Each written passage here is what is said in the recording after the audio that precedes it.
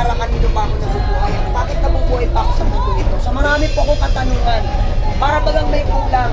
Diba, tayo po mga kapatid, amen, para sa atin kuminsan ang mahalaga lang pera, pangarap. Plans to prosper you and not to harm you, to give you hope in the future. Ayan po yung plano ng ating Panginoon.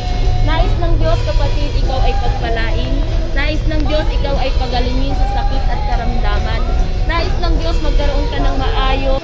Nang dahil po sa kasalanan.